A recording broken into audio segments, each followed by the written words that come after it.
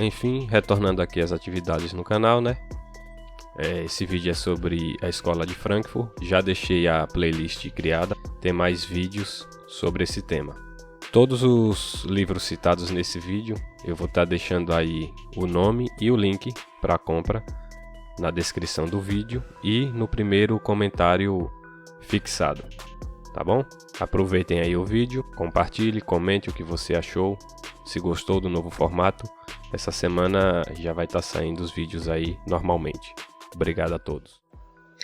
A escola de Frankfurt era um grupo de intelectuais, todos, quase todos de família rica, e que puderam se agrupar graças ao dinheiro de um sujeito chamado Felix Weil, que era filho de um alemão que tinha feito carreira na Argentina, né, exportando cereais para a Europa da Argentina. Ficou rico. A Argentina é um país riquíssimo, né? Então o dinheiro argentino financia a criação da escola de Frankfurt, ou seja, era um bando de filhos de milionários sendo financiado por outro filho de milionário. E desde o início eles têm, vamos dizer, esta tensão constitutiva. Por um lado, como marxistas, eles não querem ficar na pura teoria, eles querem criar um instrumento de ação, de algum modo. Mas, por outro lado, eles entendem que a situação se complicou e que é necessário ter uma visão objetiva da realidade e, portanto, é preciso atender aos critérios de objetividade científica, etc, etc. Isso aí nunca chegou a se resolver. Quer dizer, a escola de Frankfurt viveu este problema até o fim.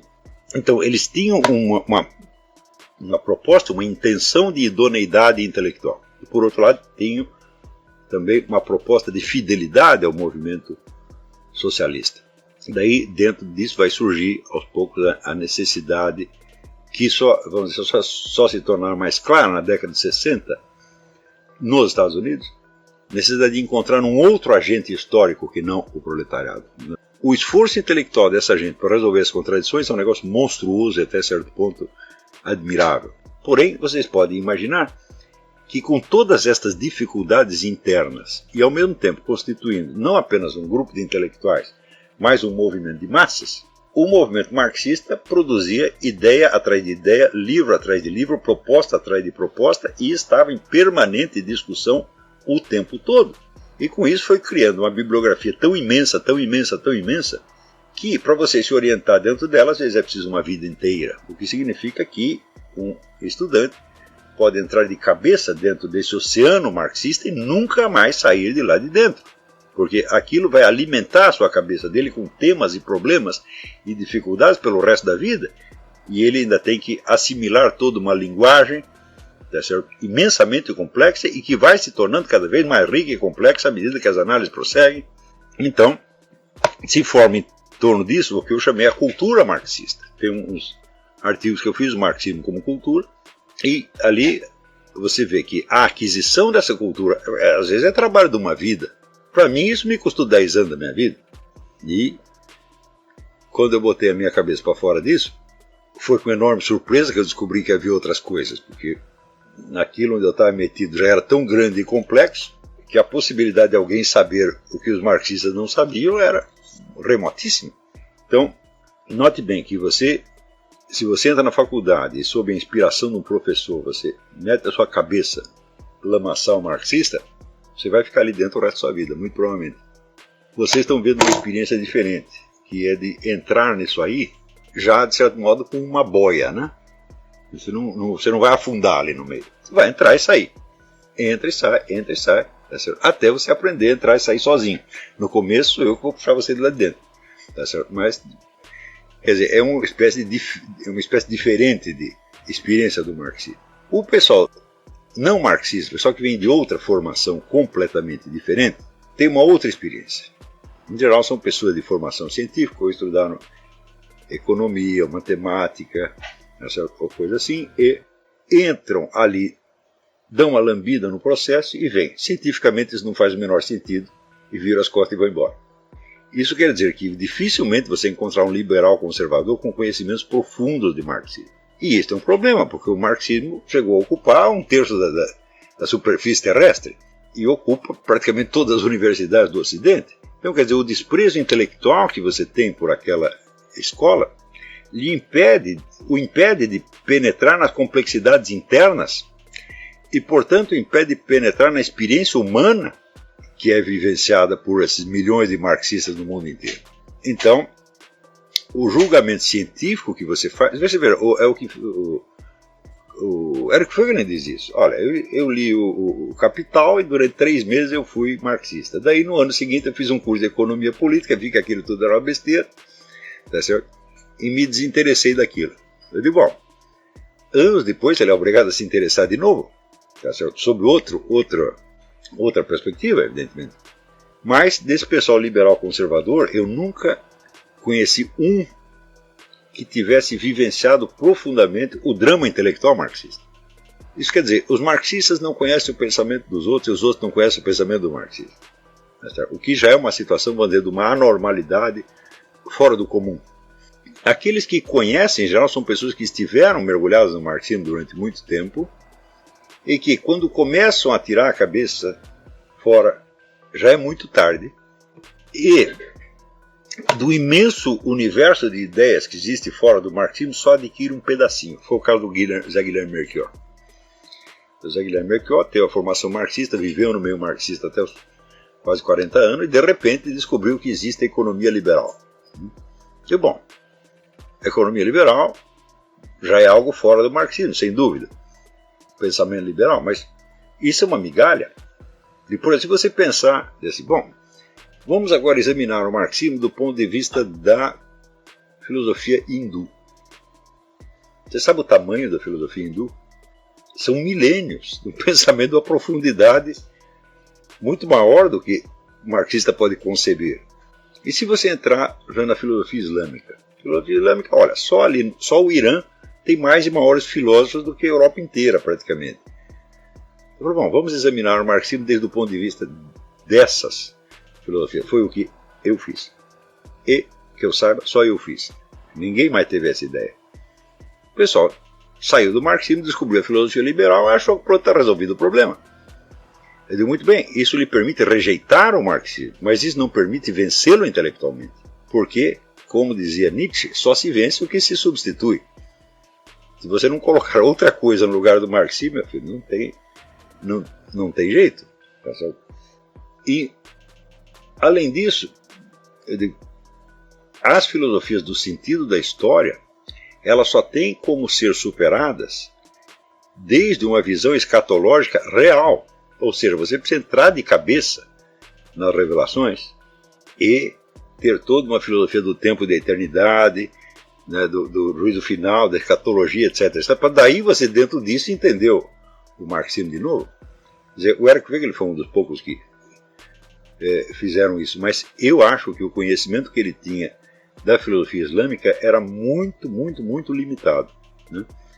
Ele mal chegou a dar uma lambida nesse negócio, e foi uma pena, porque teria chegado a conclusões extraordinárias. Então, eu tive a sorte de ter não só o conhecimento disso, mas a experiência direta do esoterismo islâmico através do Fritjof Schuon. Isso aí é uma coisa que aconteceu a pouquíssimas pessoas, tá certo? E o que me deu, vamos dizer, uma perspectiva, um ponto de observação, um posto de observação privilegiado de algum modo. Veja, a elasticidade mental que você precisa para você, partindo de uma formação marxista, você lê depois O Reino da Quantidade e os Sinais dos Tempos do Guénon, e você conseguir entender uma coisa à luz da outra, a outra à luz da uma, é um negócio enorme, é uma distância enorme, tá certo?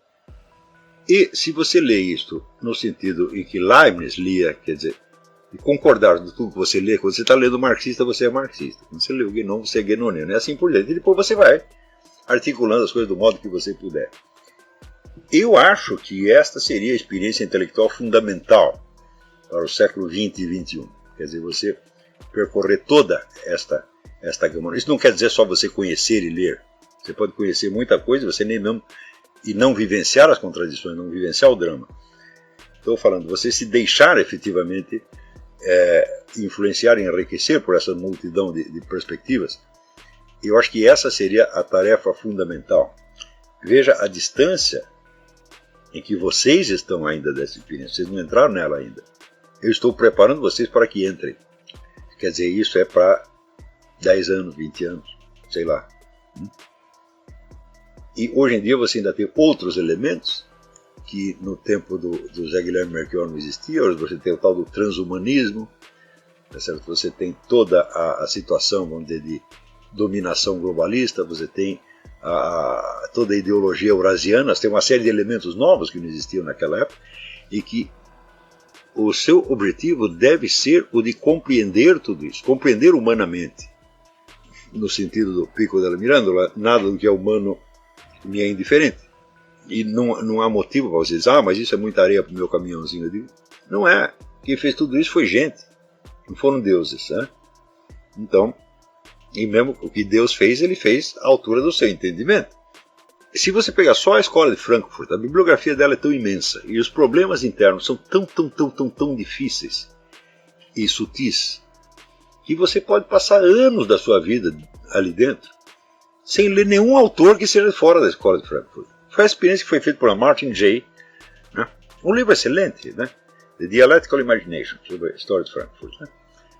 E ele não é nenhum discípulo e nem um inimigo da escola de Frankfurt, ele simplesmente decidiu fazer um estudo sobre isso e fez um estudo altamente compreensivo, tá certo?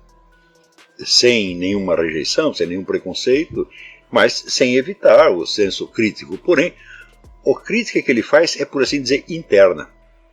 Ele tem uma atitude de isenção perante a escola de Frankfurt, mas ele não tem um quadro de referência maior do que a escola de Frankfurt. E isso é um ponto que eu pensei em falar. Ninguém examinou a escola de Frankfurt desde uma perspectiva maior do que a dela, ou pelo menos maior do que o marxismo. Ninguém fez isso até agora. E isso é absolutamente necessário. Quando você vê os esboços de interpretação feitos por conservadores, com o nome de marxismo cultural, digo, isso aí está muito no começo, está muito rudimentar, e expressa antes uma reação de repulsa do que uma compreensão efetiva. Mas e eles estão interessados não no pensamento da escola de Frankfurt, mas no efeito que ela teve nas universidades americanas e na política americana. Eu digo, não que esse interesse seja ilegítimo, ele é perfeitamente legítimo, mas ele está longe de resolver o problema. De modo que, por assim dizer, o problema está na nossa mão. Eu não acredito que haja mais pessoas colocando este problema do jeito que eu estou colocando para vocês. Não deixa de ser uma ironia que esses problemas surjam precisamente no Brasil, que é um país periférico e intelectualmente irrelevante. Tá certo? Mas isso também não quer dizer que vocês tenham que viver dentro da irrelevância brasileira. Tá certo? Eu, sinceramente, eu espero que vocês evoluam, que se tornem intelectuais de alto gabarito, totalmente desajustados na sociedade brasileira. Porque se estiverem ajustados, meus filhos, vocês vão ser imbecis como os outros. Então, tem que estar desajustado, mas não revoltado, não sofrendo. Tá certo? Você tem que achar engraçado e se divertir. Né? As pessoas se queixam, meus amigos não me compreendem. Fala, ótimo. Se eles se compreendem, isso quer dizer que você sabe apenas o que eles sabem. Saber mais é saber o que os outros não sabem. E saber o que os outros não sabem é saber quando você abrir a boca, eles vão achar esquisitíssimo e, né, com aquela incredulidade do caipira, vão dizer que você é louco. No começo você pode ficar um pouco assustado ou deprimido com isso, mas ao longo do tempo você começa a se divertir com o negócio.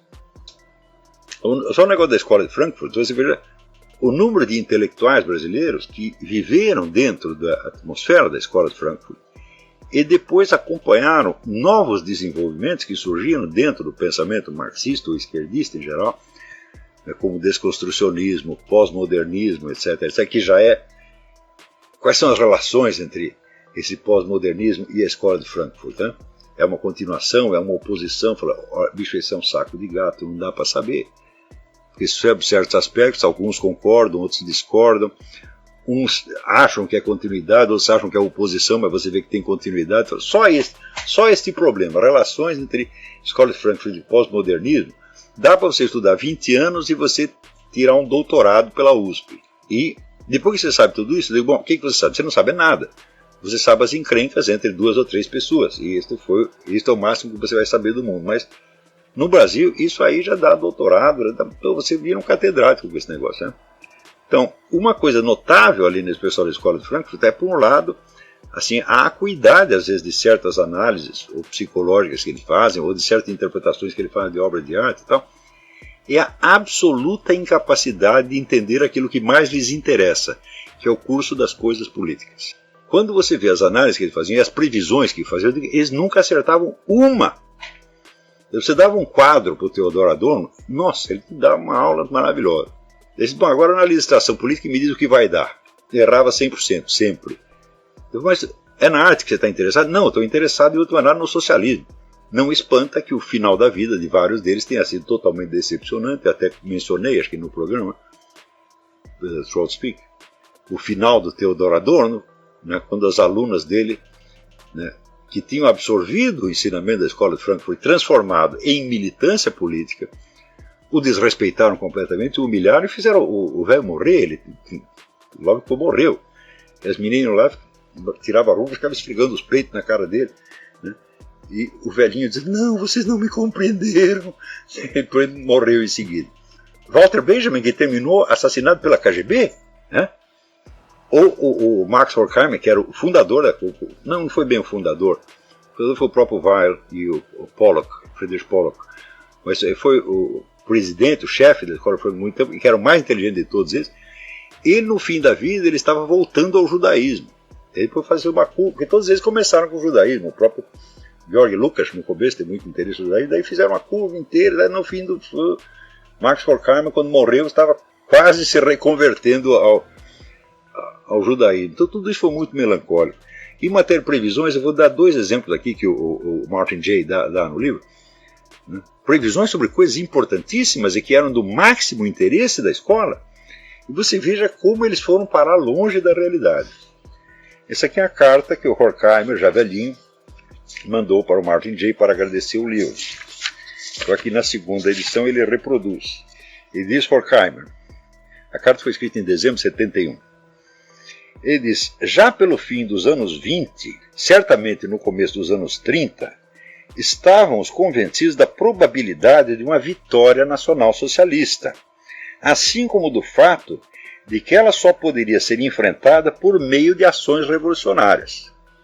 Ou seja, eles estavam conscientes, esse negócio do nazismo está crescendo, ele vai nos dominar, então somente a ação revolucionária pode pará-lo. Isso é o que eles achavam no começo dos 30.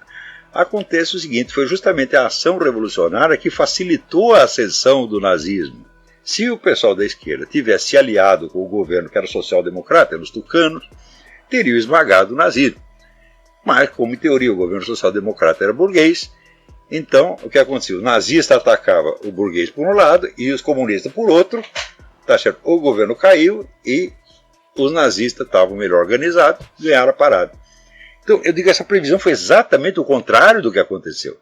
Então, eu tenho que dizer, nesta altura nós temos que nos abster de ações revolucionárias e temos que apoiar esses malditos tucanos, porque senão os nazistas vão nos comer vivos como comeram. Outra previsão aqui nos anos 60, Friedrich Pollock escrevendo o seguinte, eles estavam todos vivendo nos Estados Unidos, já como exilados, né? Com todos esses sintomas de desintegração de uma grande sociedade, apontam para que não há nenhuma alternativa senão a perda das liberdades remanescentes e o governo de uma classe média rudemente materialista sob o comando de um Führer. Esse temor de um governo à direita, criar um governo fascista, um golpe militar de direita, existem centenas ou milhares de filmes sobre isto. 5 Dias de Maio e outros tantos filmes. Era isso o estado de espírito. Da onde surgiu isso? Escola de Frankfurt. Por quê? Porque aqui você tem a família americana, a família americana tem a estrutura de personalidade autoritária, escreveu um livro coletivo de quase 1000 páginas sobre personalidade autoritária da família americana, né? E esta classe média, então, ela requer um regime de tipo fascista e eles vão dar um golpe e vão acabar com a esquerda. Eu digo isso nos anos 60. Eu digo, bom, foi exatamente o contrário que aconteceu, e quem está fazendo o governo fascista agora são eles. Ou seja, isso são só apenas 2 previsões feitas por dentro da escola de Frankfurt. Então, eu digo, o entendimento que esse pessoal tinha, por exemplo, das artes ou até das filosofias antigas, era maravilhoso. Se eles quisessem ser puros intelectuais acadêmicos, eles seriam um sucesso. Mas eles estavam interessados em encontrar um novo agente da Revolução. Quando encontrou um novo agente, que eram os estudantes, as prostitutas, os bandidos, etc., etc., eles se voltaram contra eles e os humilharam. Tá certo?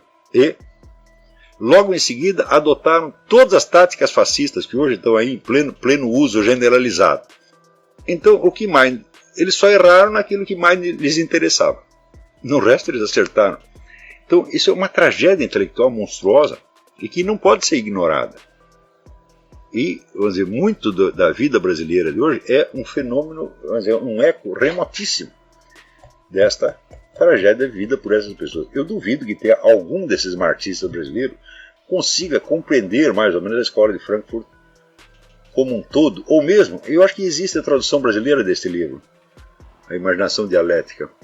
Eu duvido mesmo que esse pessoal consiga entender tudo o que o Martin J. está explicando aqui. Porque para isso precisaria muito mais cultura, precisaria ter uma cultura do nível que o Theodor Adorno tinha. E eles não têm.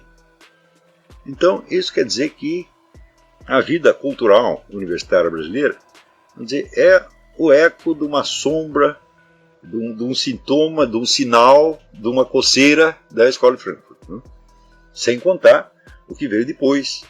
Né? Eu imagino o que pode fazer um cérebro de brasileiro, cérebro universitário brasileiro, com, né, esse conflito de amor-ódio que existe entre os pós-modernistas e a escola de Frankfurt. O que eles podem fazer com isso?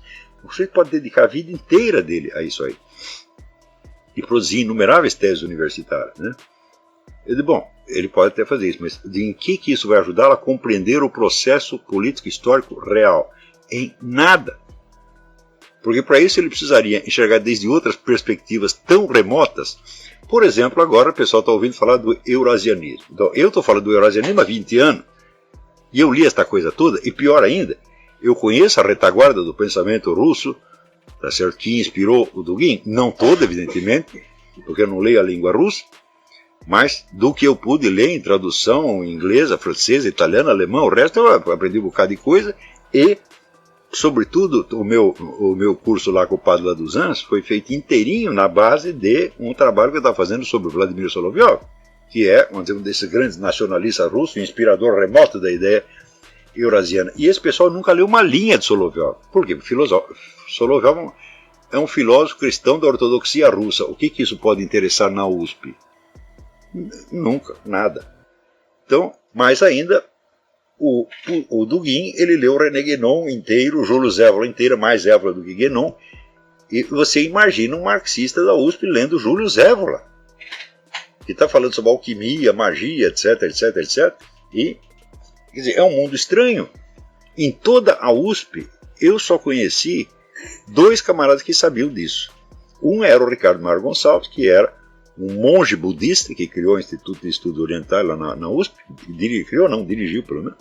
E o outro foi o Inácio da Silva Teles, que era um tipo totalmente extravagante e isolado dentro da faculdade. Tá certo? Ninguém nem entendia uma palavra do que ele dizia. Então, que, aliás, aconteceu um fenômeno extraordinário com o Inácio da Silva Teles, que ele sempre foi fã do Júlio Evola. Ele, quando foi para a Itália, né, quis conhecer a casa do Júlio Evola, que agora era um museu. O Júlio Evola tinha morrido 5 ou 6 anos antes. Isso ele que me contou essa história. E quando ele contava, ele arregalava os olhos desse tamanho. Ele ainda estava com medo, você via que a coisa tinha acontecido mesmo. E daí ele telefonou para o museu. Alô? Quem está falando? Aqui é o Conde Júlio Evola. Eu disse, hã? Ah, eu queria conhecer. Ah, o senhor vem aqui. Ele foi. Estava lá o Júlio Evola sentado na sua cadeirinha de roda, que ele tinha perdido as pernas durante a guerra. Conversou com o Júlio Evola durante várias horas, 5 anos depois do homem ter sido enterrado, e depois foi para casa e nunca entendeu o que tinha acontecido. Eu também não entendi, evidente. Até hoje ninguém.